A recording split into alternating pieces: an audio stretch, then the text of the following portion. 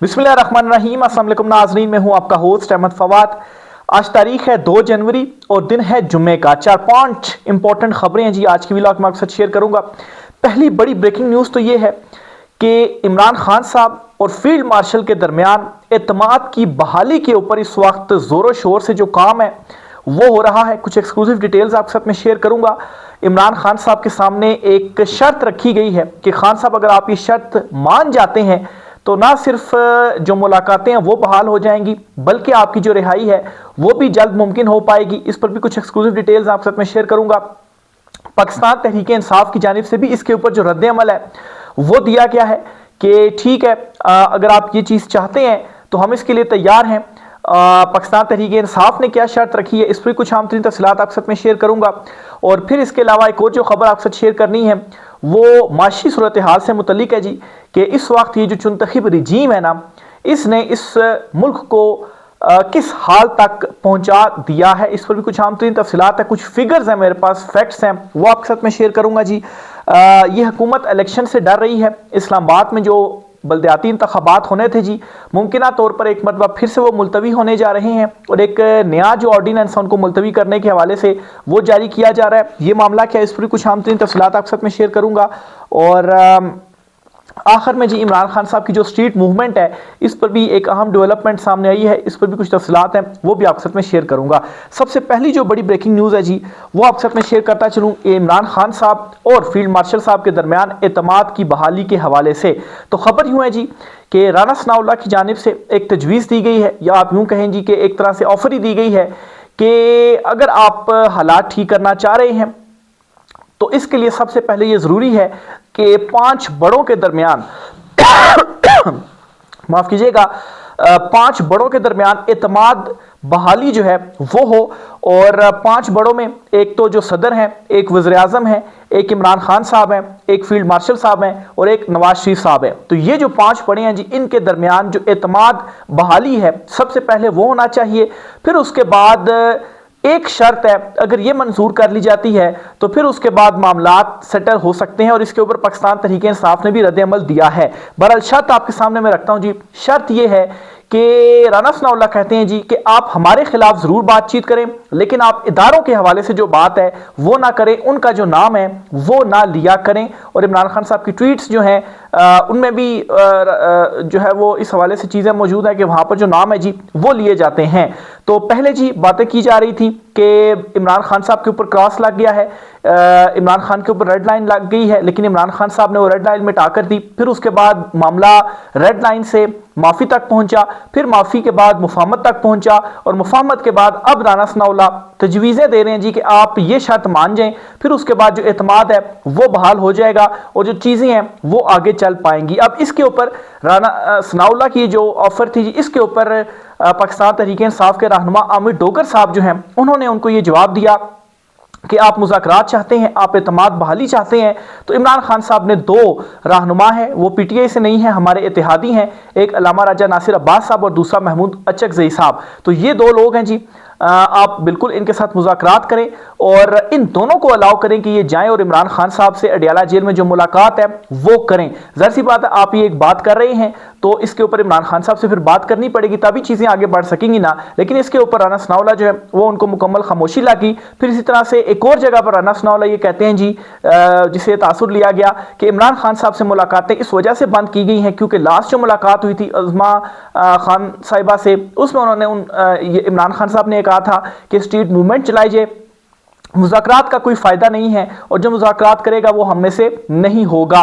तो अगर इमरान खान साहब से मुलाकात करवा दी जाती है तो इमरान खान साहब स्ट्रीट मूवमेंट की फरवरी में जो कॉल देने जा रहे हैं वो कॉल देंगे, तहरीक की कॉल देंगे। तो इसलिए 8 फरवरी से पहले इमरान खान साहब की जो मुलाकातें हैं वो नहीं हो सकती। तो अभी तक जी दोनों के मामलात, जो दोनों के दरमियान जो कुछ थोड़ा सा ब्रेक थ्रू हुआ है उसके ऊपर पैगाम तो आ गया, लेकिन पाकिस्तान तहरीक इंसाफ की जानिब से, आमिर डोगर साहब की जानिब से जो एक मतलब है तजवीज़ मानते हुए ये कहा गया कि ठीक है ये दो लोग हैं, इनकी मुलाकात करवा दें इमरान खान साहब से, तो फिर उसके बाद चीज़ें तभी आगे चल सकती हैं। तो अब देखें खान साहब से मुलाकात करवा पाते हैं या नहीं करवा पाते, क्योंकि कल जुमेरात का दिन था और कल इमरान खान साहब से मुलाकातों का दिन था, लेकिन इमरान खान साहब की जो मुलाकातें हैं वो कल भी नहीं करवाई गई।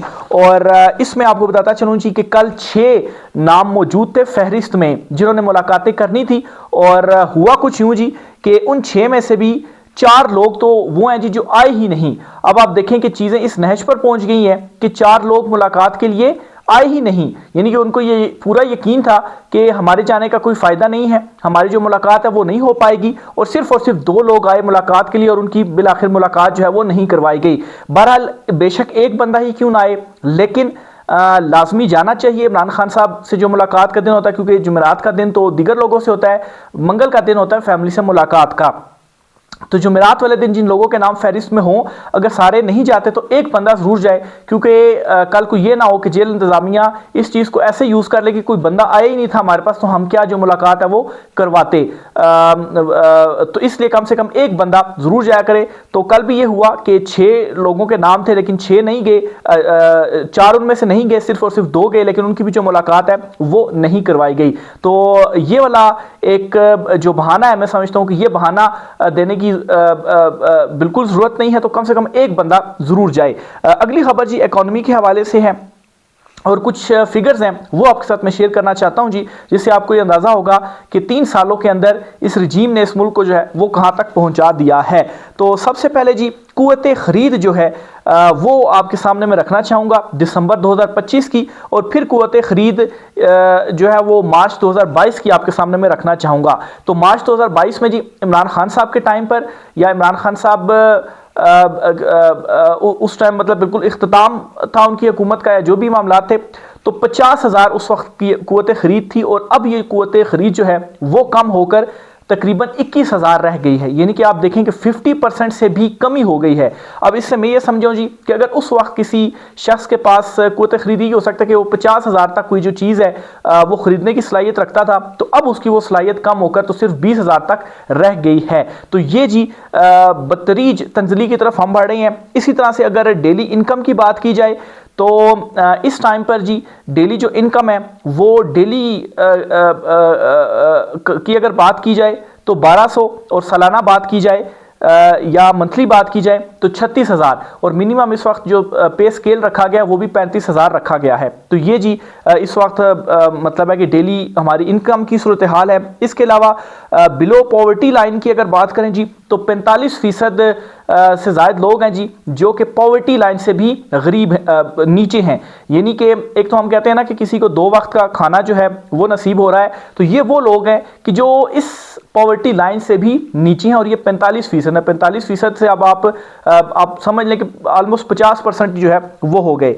फिर इसी तरीके से इस मुल्क में जो इन्वेस्टमेंट आ रही है जी, या इन्वेस्टमेंट की जा रही है, वो 50 साल की कम तरीन सतह के ऊपर है। तो ये इस रजीम के जो है वो नाअहलियाँ हैं जो कि अब फिगर्स की शक्ल में भी सामने आ रही हैं। अनएम्प्लॉयमेंट रेट की बात की जाए तो 21 साल की तारीख का हाईएस्ट अनएम्प्लॉयमेंट रेट है इस वक्त पाकिस्तान में। लोग कोशिश कर रहे हैं धड़ाधड़ बाहर जाने के लिए, और सबसे बड़ी माइग्रेशन भी अगर आप देखें गुज़श्ता कुछ दहाइयों में, तो वो भी इसी अरसे के दौरान ही हुई है कि लोग बाहर जा रहे हैं। क्यों? क्योंकि यहाँ पर उनको रोज़गार नहीं मिल रहा, और बाहर वो रोज़गार कमाने के लिए जाने के लिए मजबूर हो रहे हैं। और यहाँ पर क्या किया जा रहा है जी कि उनकी भी पकड़ दकड़ करके तो ऑफलोड उनको किया जा रहा है। तो ये जी इस की कुछ माशी सूरत हाल के हवाले से कुछ डिटेल्स थी आपसे शेयर करनी थी। आखिर में जी इस हुकूमत के हवाले से एक और ख़बर आपके साथ शेयर करता चलूँ जी कि ये कितनी ज़्यादा डरी हुई है कि बल्दियाती इलेक्शन एक मरतबा फिर से मुलतवी करने का जो है वो इम्कान है। मामला कुछ यूँ है जी कि इस्लामाबाद के बल्दियाती इंतखाबात हैं वो कितने सालों से हो ही नहीं रहे, और मुसलसल कभी अदालतों में और कभी जो है वो ऑर्डिनेंस और इस तरह से करके बल्दियाती इंतखाबात को मुलतवी कर दिया जाता है। और अब भी ये खबर सामने आ रही है जी कि इस बात का इम्कान है कि कोई नया ऑर्डिनेंस आ जाए और उस नए ऑर्डिनेंस की शक्ल में बल्दियाती इंतखाबात इस्लामाबाद के एक मरतबा फिर से मुलतवी कर दिए जाएँ। अब इस पर बहुत सारे लोग ये भी दावा कर रहे हैं कि इसकी जो रीज़न है वो ये है, एक तो ग्राउंड लेवल के ऊपर इनके पास सपोर्ट नहीं है, और चूँकि बल्दियाती इंतखाबात में आपको खासी तादाद में जो नुमाइंदे हैं वो चाहिए होते हैं, तो इनको मसला ये पड़ा हुआ है कि इनको नुमाइंदे ही नहीं मिल रहे कि हम उनको इलेक्शन के लिए खड़ा कर सकें अपने टिकट के ऊपर अपना नाम जो है वो देकर। तो ये इनके लिए सूरत-ए-हाल बनी हुई है। तो इस वजह से ये चाह रहे हैं जी कि जो बल्दियाती इंतखाबात हैं वही हम मुलतवी कर दें। तो बहरहाल जी ये कुछ अहम तीन डिटेल्स थी। आखिर में इमरान खान साहब ने जो कॉल दी हुई है सुहेल आफरीदी साहब को स्ट्रीट मूवमेंट की, उस पर भी आपको खबर देता चलूँ जी। सुहेल आफरीदी साहब लाहौर के बाद अब वो रुख कर रहे हैं सिंध का। 9 जनवरी को उन्होंने पहुंचना है कराची, वहां पर भी जो स्ट्रीट मूवमेंट है वो चलानी है। और इस स्ट्रीट मूवमेंट से हुकूमत इतनी ज़्यादा घबराई हुई है कि इमरान खान साहब की जो मुलाकातें हैं वही नहीं होने दी जा रही, और कहा जा रहा है, खुल्लम खुल्ला कहा जा रहा है कि 8 फरवरी से पहले मुलाकात नहीं हो सकती, क्योंकि 8 फरवरी को इमरान खान साहब स्ट्रीट मूवमेंट की जो कॉल है वो देंगे और स्ट्रीट मूवमेंट चलेगी। तो हम नहीं चाहते कि जो स्ट्रीट मूवमेंट है वो चले। बल्कि सुहेल आफरीदी साहब जो लाहौर गए थे वहाँ पर जो उनके साथ सलूक किया गया, नारवा सलूक रखा गया, वहाँ पर जो पाबंदियाँ, रास्ते बंद किए गए, उसके ऊपर खैर पीपल्स पार्टी भी बोली। बहरहाल अब देखते हैं कि सुहेल आफरीदी साहब ने सिंध का रुख कर लिया, कराची का रुख कर लिया है। पीपल्स पार्टी वहाँ पर उनको रास्ता देती है या वहाँ पर भी वही काम होता है जो पंजाब में हुआ और वहाँ पर भी रास्ते रोके जाते हैं। बहरहाल पंजाब में भी रास्ते रोकने का फ़ायदा तो नहीं हुआ। स्ट्रीट मूवमेंट सुहेल आफरीदी साहब की जानिब से चलाई गई है।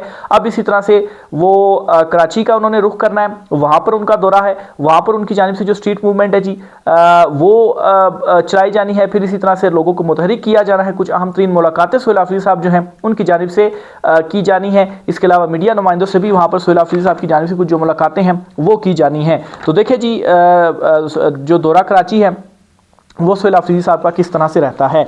तो ये जी आज की कुछ आम तरीन तफसीलात थी। इस वाले से मज़ीद जो भी होता है आपसे चीज़ें शेयर करते रहेंगे जी। राय का इज़हार कीजिएगा। आज की व्लॉग से इतना ही, इजाज़त दीजिए, अल्लाह हाफिज़।